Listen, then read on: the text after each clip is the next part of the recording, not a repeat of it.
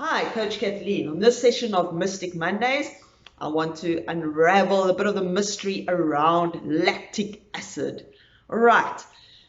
When we're training very hard and high intensity, we need to be able to produce energy very quickly. All right. And the system we use to do that is what we call the anaerobic energy system. Basically, what that is, it's an energy system that is able to produce energy very quickly from glucose without the presence of oxygen. Now, at the end of this energy process, what is present is lactic acid. But as soon as that lactic acid leaves the cell, it divides into a molecule of lactate and a hydrogen ion. And the hydrogen ion is a positive ion, so it is something which increases acidity. There's a lot of it in the bloodstream. Now the lactate is reshuttled through the bloodstream into the liver and is then converted back into glucose, which is available for the muscles to use again as fuel. All right, so lactate in a sense is a good guy, which our body can reutilize as fuel again.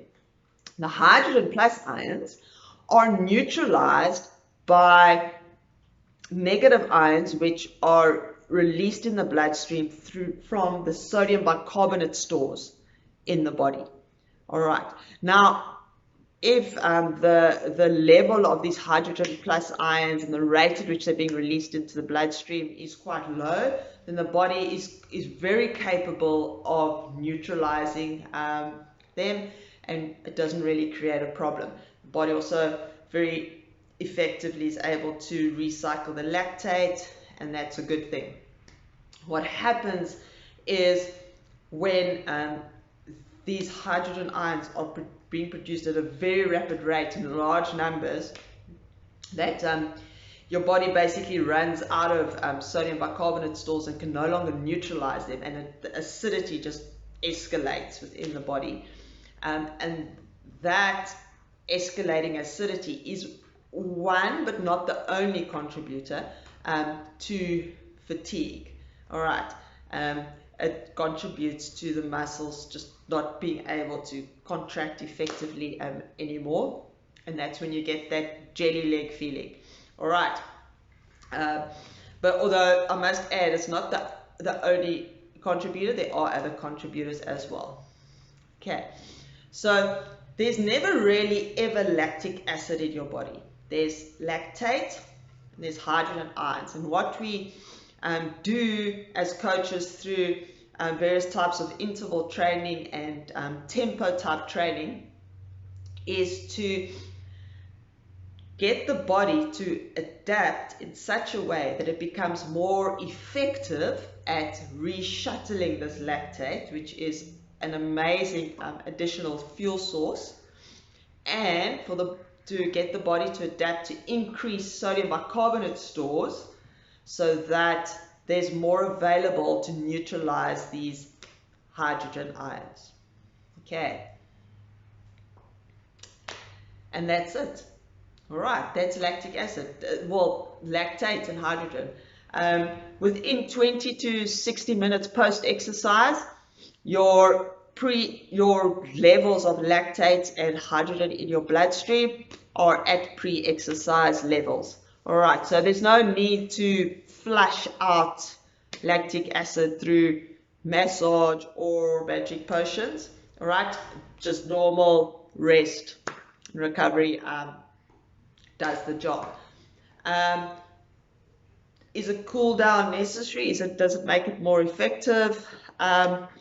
Well, with the cool down jog, it is active, so you've got more blood flow, so that will potentially help the lactate to be reshuttled through the liver a little bit quicker, which will contribute to restocking up the glycogen stores in your muscle, because the glucose then goes into glycogen in the muscle.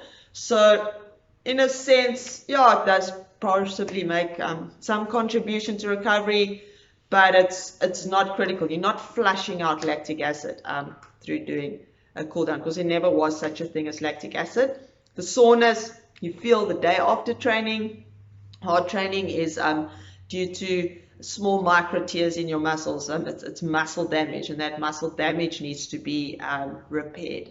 Okay, so the critical things to really focus on are doing sessions which challenge your body in such a way that it adapts to being better at re-shuttling lactate, where it becomes better at neutralizing the hydrogen ions.